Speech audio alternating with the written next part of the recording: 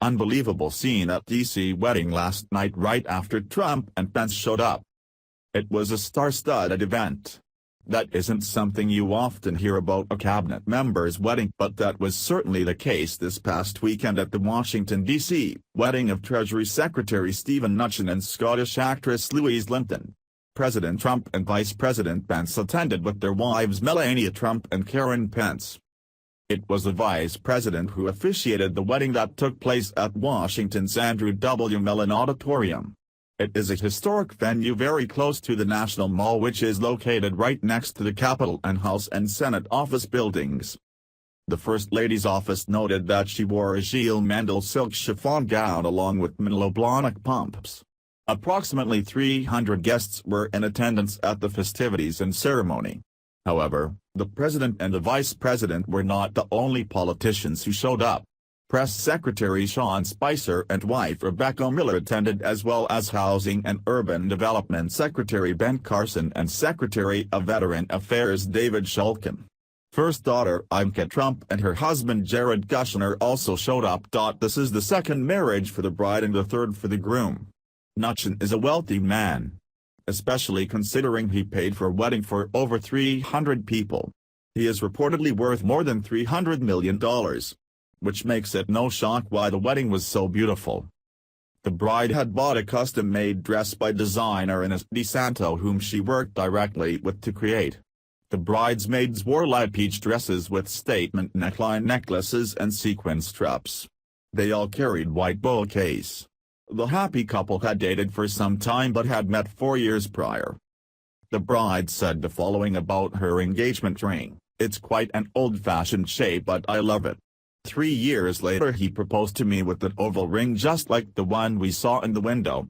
Then he came to the event after being bussed in from the Trump International Hotel, which is not far from the wedding location near the National Mall. Reportedly, there were bagpipers and ballerinas at the reception. Not surprising considering the bride is from Scotland." The wedding had remained a secret until a close friend of theirs, Commerce Secretary Wilbur Ross, spilled the secret by accident. They likely wanted to keep it a secret because the media would have been all over the event and given them no privacy. The Washington Post reported, "The marriage will be the latest high-profile nuptials for Trump administration officials, and the Trump International Hotel in Washington has so far been the preferred space." Omarosa Manigault, a political aide in the White House and a Trump Apprentice alumni, married John Allen Newman, a pastor, there in April.